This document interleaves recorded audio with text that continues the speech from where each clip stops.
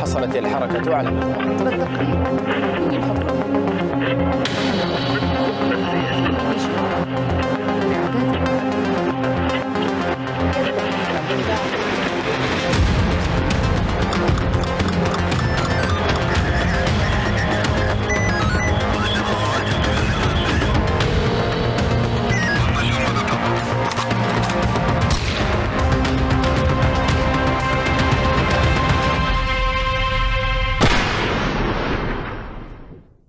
أهلا بكم إلى حلقة هذا الأسبوع من المرصد، نغطي فيها الفترة من 7 إلى 13 نوفمبر 2021. أنا نهاد الجريري. إلى العناوين.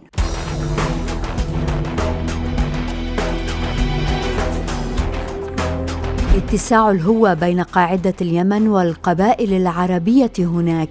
باطرفي يقول إن قبائل السنة قاتلتهم في مأرب. هل اكتمل اختراق القاعدة في اليمن منذ تولي باطرفي الزعامة؟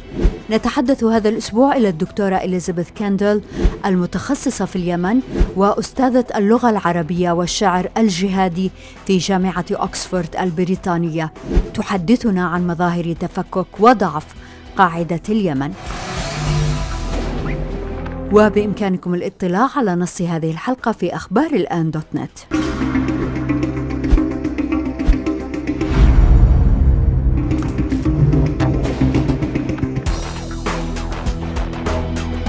في بداية هذا اللقاء نرحب بالشيخ باطرفي.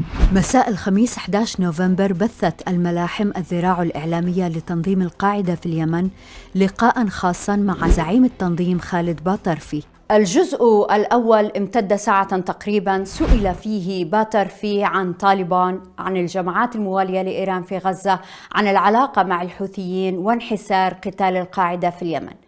يلفت مما قاله باطرفي ما يلي: عن دور القاعدة في قتال الحوثيين، يبرر باطرفي انحسار المواجهات بين الطرفين بأن التنظيم يتخذ طريقة خاصة بهم للقتال. إنما نحن طريقتنا في القتال ضد هذه الميليشيات وهذه الفئة طريقة خاصة، حرب العصابات. ماذا يعني هذا على الأرض، سوى أن التنظيم بات يتوارى عن الأنظار؟ باطرفي يزيد ويبرر ضعف التنظيم بأن يتهم القبائل العربية السنية في محافظة البيضاء شرق صنعاء بالتحالف ضدهم، ما قلص دورهم في قتال الحوثيين بحسب قوله. عندما تكون تقاتل الحوثي مواجها له، ثم يأتي من يطعنك في الظهر كما يحصل من بعض الجهات في مأرب خاصة وفي غيرها، قادرون على أن نرد عليهم وأن نؤدبهم وأن نعاقبهم، ولكن لولا المصلحة أو المفسدة التي ستكون في قتالنا ضد هذه الجهات في مقابل هجمة الحوثي. الخبير في الشأن اليمني ماهر فركوح في حسابه على تويتر لاحظ أن القاعدة ظلت تحتفظ بملاذات آمنة في مأرب. الريمي قتل في مأرب مثلا، والقيادي الذي كان يتولى التخاطب مع منفذ هجوم بنساكولا قتل هناك أيضا، ووقعت هناك عدة هجمات بطائرات مسيرة خلال الأعوام الماضية. فما الذي تغير؟ يتساءل فركوح. ولنتذكر أنه في سبتمبر الماضي خرجت القاعدة من الصومعة آخر معاقلها في محافظة البيضاء، وسيطر الحوثيون على المنطقة حتى بدا أنهم تسلموها تسليما. وفي موقع آخر من المقابلة رفض باطرفي مبادرات حل في اليمن، واعتبر أنها تهدف إلى تمكين الحوثيين والمشروع الإيراني. وهنا يستنكر باطرفي علاقة فصائل فلسطينية بإيران من دون أن يسمي هذه الفصائل التي هي طبعا حماس والجهاد. فعندما يأتي المسلم العراقي أو المسلم الشامي أو المسلم اللبناني أو المسلم اليمني أو غيرهم ممن اكتووا بنار هذه الميليشيات الإجرامية، واستدل باطرفي بأن طالبان التي باتت تمثل القدوة والمثل الأعلى رفضت مثلا الحصول على دعم ضد أمريكا من أي جهة كانت، وهذا كلام مشكوك فيه. وبالمجمل كيف يبرر باطرفي تعاون طالبان مع الصين أم أن الإيغور خارج الحسبة؟ وكيف يبرر تقارب طالبان مع إيران وروسيا؟ يوم 30 أكتوبر انفجرت سيارة عند بوابة مطار عدن، ما أسفر عن قتل 12 مدنياً على الأقل. في 10 نوفمبر أصدرت قاعدة اليمن بياناً نفت فيه ضلوعها في التفجير. داعش الرسمي لم يصدر شيئاً، لكن قناة بيضاء الموحدين التابعة لداعش والمعنية بالشأن اليمني نفت يوم 2 نوفمبر أن التنظيم مسؤول عن التفجير. في الحالين إذن يقول داعش والقاعدة إنهم لا يستهدفون المدنيين. ولنتذكر هنا أن داعش قتل أطباء وممرضين ومرضى في مستشفى داوود خان في كابول يوم 3 نوفمبر، ولنتذكر أيضا أن قاعدة اليمن قتلت أطباء وممرضين ومرضى في مستشفى العربية في صنعاء في مثل هذه الأيام من 2013.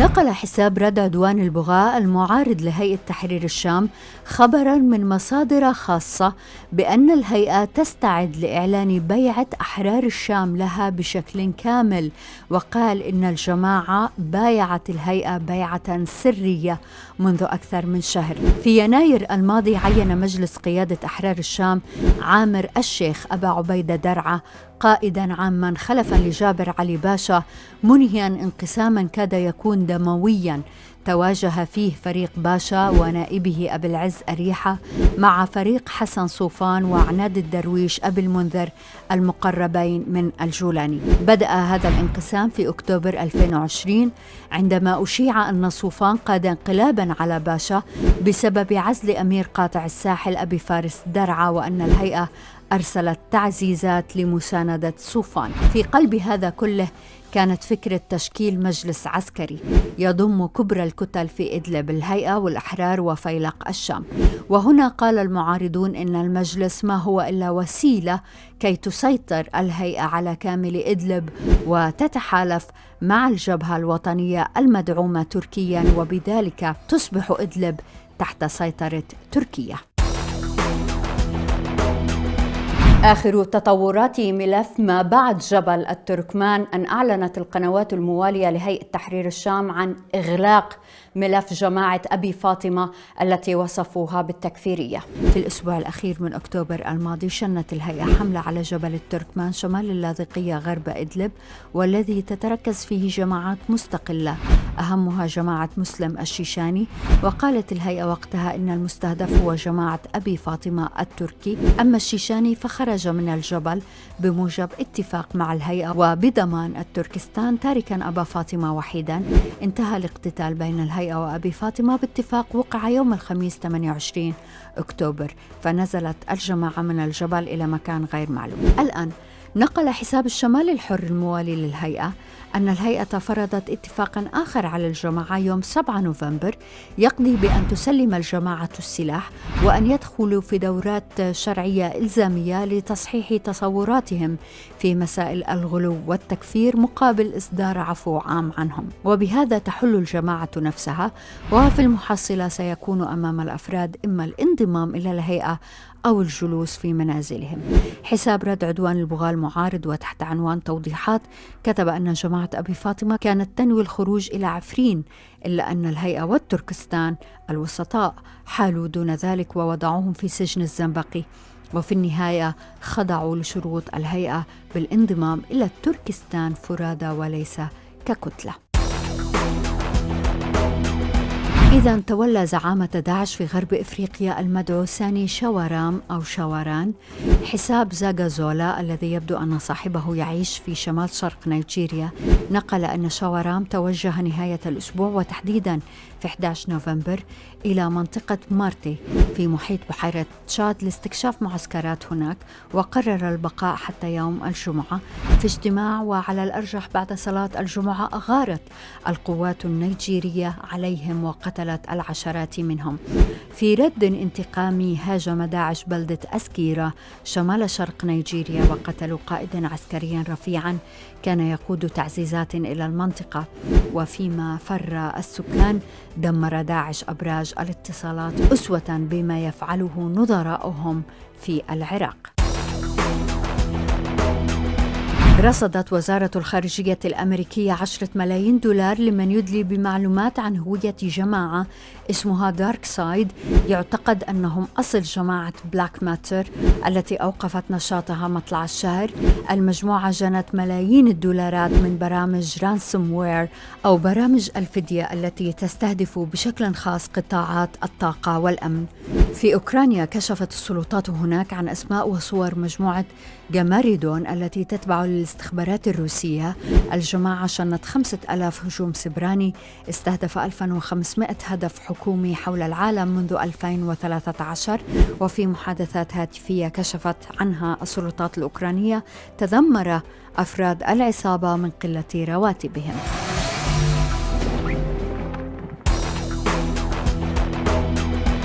كل شيء يحدث في اليمن اليوم يبرهن على ضعف وتفكك القاعدة. للحديث عن قاعدة اليمن خاصة منذ وصول باطرفي لزعامة التنظيم نرحب بالدكتورة إليزابيث كندال المتخصصة في شؤون اليمن وأستاذة اللغة العربية والشعر الجهادي في جامعة اكسفورد البريطانية. شكرا جزيلا دكتورة إليزابيث لوجودك معنا مرة أخرى في البرنامج. عفوا. دكتورة، بشهر يوليو الماضي كتبت حضرتك على تويتر أن القاعدة تفقد معناها، وهذا كان تصريح مهم وأنت الخبيرة في الشأن اليمني. كيف خسرت القاعدة معناها؟ Well, I think several things have happened. So I would say that the organization has lost meaning and the actual label, Al-Qaeda in the Arabian Peninsula, has lost meaning. Perhaps we could think about this as three things happening at the same time. The first is that because the war in Yemen has fragmented and proliferated so much, there are lots of different competing militias, and often it suits them to what we call false flag attacks to AQAP. And this covers for politically motivated attacks, especially in the south. And then the second thing is that many of the Al-Qaeda fighters have themselves consciously decided to desert the group or leave the group because there are so many other causes that also pay well. They might leave because of money, they might leave because of a political cause they want to fight. And then the third thing, and perhaps this is the most important, the group itself is diluted. It's become splintered and weak.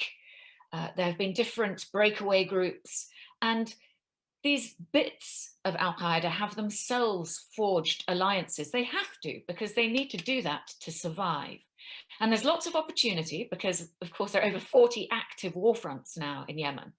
There's a very complex network of different militias, so they've been blending with them and perhaps also being instrumentalized by these different actors in the war. And so just to sum up, why might that happen? It's because there are many overlapping objectives, aims, goals. Things like profiteering from the war, smuggling groups, organized crime. Things like all sorts of different groups wanting to stoke tensions in the coalition to make things difficult for the coalition fighting the Houthis. Things like wanting to quash democratic ambitions or hopes of a separate southern state and trying to destroy the Riyadh agreement, an agreement that was signed in 2019. دكتورة، ربما تشيرين إلى جماعة أبي عمر النهدي، إحدى الجماعات المنشقة عن القاعدة، سنتحدث عنهم بعد قليل. ولكن أذكر عندما خلف باطرفي قاسم الريمي قلتي في هذا البرنامج أنه باطرفي أمامه فرصة حتى يصحح مسار التنظيم. هل يفاجئك دكتورة هذا الانحدار الذي يعيشه التنظيم منذ وصول باطرفي إلى القيادة؟ Yes, that's an interesting question. There was an opportunity when Batarfi became leader in early 2020 for him to create a new momentum around the group, to perhaps as a more ideological figure, as someone who had a strong religious background and a very strong pedigree and had fought in Afghanistan with his Yemeni roots and his southern contacts. There was an opportunity, but my feeling is that there was already such a downward trajectory. The group was already infiltrated by spies. It was already so weak. It was very hard to get that momentum back. And it does seem that he's failed. There was also talk that he had been captured in October 2020. And in fact, that was confirmed by some groups like the United Nations. I know you wrote about that, based on the UN report. But of course, he has appeared subsequently in videos. So if he is captured, then he's still being given occasional opportunities to peddle his ideas. But whatever the case, he's incredibly weak now. And the internal infiltration of Al-Qaeda, I think, must be complete. Because even since he came in, so many people have died, have been droned, have been picked off.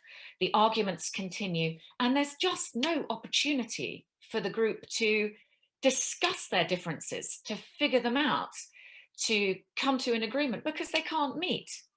They can't meet because it's too dangerous. And their communications are completely shot. So I think it's understandable that he has not been able to pick up the group.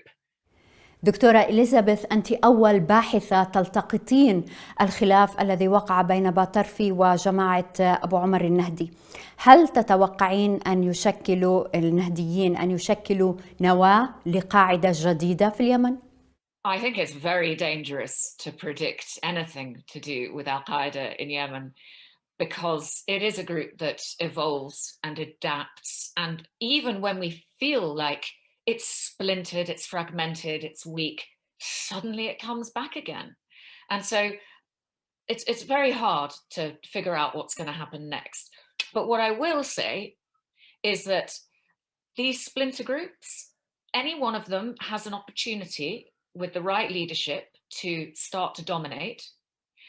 And it's also possible that under certain conditions, they might even rejoin, realign, figure out their differences. So the bottom line here is that it's incredibly dangerous to think that the group has died, declined to the extent that it's going to disappear. It's very important to remember that the ideology always hangs around, and with the right conditions, and that could even, by the way, be peace, with lots of disgruntled, disappointed groups, they could resurge again. دكتورة، أثناء التحضير للمقابلة سمعت البودكاست اللي شاركتي فيه حضرتك مع كول بنزر في موقع hoover.org، وحكيتي فيه عن الكتيب الذي نشره تنظيم قاعدة اليمن في سبتمبر الماضي بعد شهرين من سؤالك على تويتر عن معنى التنظيم، وكأنهم كانوا يسمعونك أو يقرؤونك. غريب حقيقة أنه بعد كل هالسنوات يفكر التنظيم بإعادة تعريف ذاته. Yeah, that's right. It did seem quite surprising that they would be, after 12 years since Al-Qaeda in the Arabian Peninsula was founded, suddenly decide to issue a over 60-page booklet saying, who are we and what do we stand for? And I can only think that this was in response to, and not just me, but a lot of people feeling that they lost their way, that they were disintegrating. And so I think in a way there was a logic to issuing the booklet, particularly because they said this isn't just for outsiders, this is for people who are joining our movement, who are in our movement. So there must be, to me, it proved the fact that there must be splinter groups around that have different independent ways of thinking now. It was at pains to stress are completely independent of any state or government or any of their militias on the ground. And so, by the way, there was one exception to that. The exception was Afghanistan. They said, oh, we're very close to Afghanistan and we love the regime of the Taliban. But it was like they were trying to recapture the moral high ground, or what they see to be the moral high ground.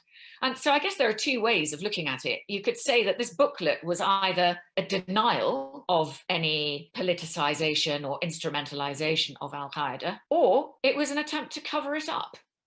But either way, it shows weakness. دكتورة إليزابيث، وبمناسبة الحديث عن طالبان تحدثت في ذلك البودكاست عن المحلية التي أكد عليها الكتيب. هل تعتقدين أن قاعدة اليمن قد تطلب سلاما مع الحكومة أو السلطة في اليمن على غرار ما فعلته طالبان؟ So I'd like to split off the support of Al-Qaeda for the Taliban with any idea that they can be equated to the Taliban, because Taliban were a massive movement that had considerable popularity and strength in Afghanistan, whereas Al-Qaeda in the Arabian Peninsula are a tiny, fragmented movement with nothing that could be described as popularity, apart from in very small, straggly, tiny groups. So I personally think it would be a huge mistake to even consider speaking to such a down and out and unpopular organization in Yemen and try and bring them into the peace process. It would be endowing them with some kind of credibility that they definitely don't have. And I think it's important, particularly for Western analysts who are a bit more removed perhaps from the locality, to understand that not all flavors of Mujahideen are the same. Not all flavors of local Al-Qaeda franchises are the same. And actually, that was also one thing that this booklet stressed. It said, look, we have our overarching goals that we, Al-Qaeda, have. And they are, as ever, to expel infidels from Muslim lands, especially the Arabian Peninsula, and ultimately to launch a caliphate. But also, each of our branches has its own specific local agenda and goals that it also focuses on. So that they're really trying, I think, to make sure that they seem like a stitched together organization whilst recognizing there are a lot of individual parts in reality with very local agendas. الحقيقة دكتورة، هاي نقطة بنحب نأكد عليها، ودائما ننتظر تحليلك ورؤيتك للأحداث، فأنت حجة حقيقة فيما يتعلق باليمن. في الفترة الأخيرة علقت حضرتك على إعلان القاعدة عن هجمات ضد الحوثيين، وقلتي إنها إشارة ضعف أو انقياد أو تشتت. كيف دكتورة؟ Yes, a claim of an attack actually showing weakness might sound contradictory. But what I had noticed is that the rate of claims of attacks by Al-Qaeda in the Arabian Peninsula is actually now less than 1/10 of what it was when it was at its peak in 2017. The attack rate was at its peak. So first of all, the whole rate of claim shows a massive decline. But second of all, the type of attacks. Over the whole of October, Al-Qaeda in the Arabian Peninsula formally claimed only 3 attacks. They were all against Houthi vehicles, just car bombs essentially, bombings of Houthi vehicles. They were all in Al-Bayda, in the southeast corner of it, and they were really pretty insignificant, especially in the context of the overall war. If a group that has as much international attention as Al-Qaeda in the Arabian Peninsula, manages 3 improvised explosive devices over the course of 4 or 5 weeks, it doesn't really seem like such a great threat. So how do we explain this? Well, either there is only one small branch of Al-Qaeda left and it's hanging out in the southeast corner of Al-Bayda, and that's it. Or, in fact, there are other fragments of Al-Qaeda, but for some reason or other, they're not claiming their attacks. There are many attacks happening around Yemen, particularly in the south, not necessarily because it's not involved at all, but because it may be a junior partner in an alliance. Therefore, it would be following rather than leading, and so not claiming those attacks. And one other interpretation is that perhaps the Al-Qaeda media itself is being manipulated now. That whoever's running it wants to position Al-Qaeda simply as a force that's fighting the Houthis. Of course, this would suit the Houthis, right? Because they then are the number one and only enemy of Al-Qaeda in Yemen. All that Al-Qaeda is claiming is to attack the Houthis. So, you can draw your own conclusions. I'm not going to make any hard and fast statements on this, but I'm not sure we should take it at face value.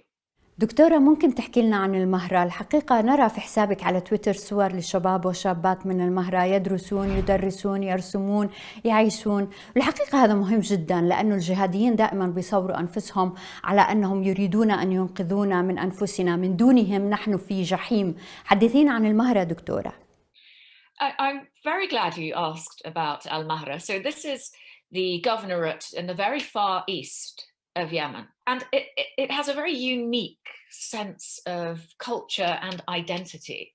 It even has its own language, Mehri, which predates Arabic. And it's not a dialect, it's its own actual language. So there's a very strong feeling in Mahra of its own identity and of trying to control its own future. And don't forget, even when Al-Qaeda was in Hadramaut, right next door, 2015 and 2016, and ran its state, it didn't manage to encroach on Al-Mahra. So what's been wonderful to see are these very enterprising local initiatives by grassroots organizations trying to take control of their future. Things like cleaning up their coastline. And there's so much energy going into education, women's education and literacy. The classes are full. I'll just end with explaining one flagship program that I've been trying to help with is a small program for kids called Ana wa Nahnu, which is trying to teach kids how to look at conflicts from your adversary's perspective, or trying to teach them how to take responsibility. If I want this to happen, what do I need to do to make it happen, rather than just wait for someone to give it to me or help me with it, just to take some action yourself. And I think the secret here is trying to build up projects which local organizations have thought of. It's their idea. They're already doing it.